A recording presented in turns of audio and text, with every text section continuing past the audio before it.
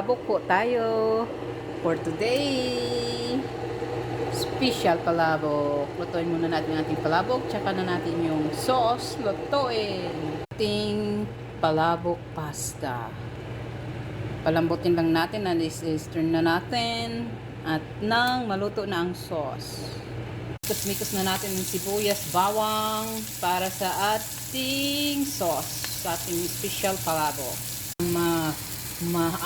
Masarap na amoy na aroma. Lagay na natin ang ating ground pork.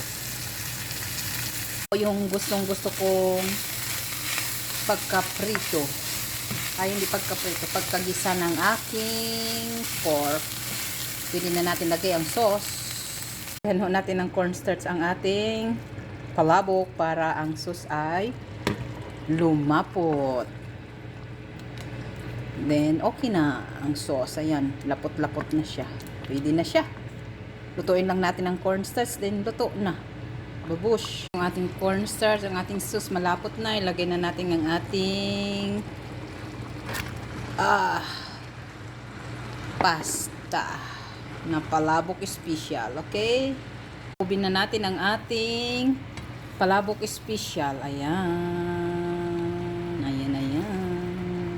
Ang palabok special, ayan lang, simple lang ang aming palabok, walang ka-color-color.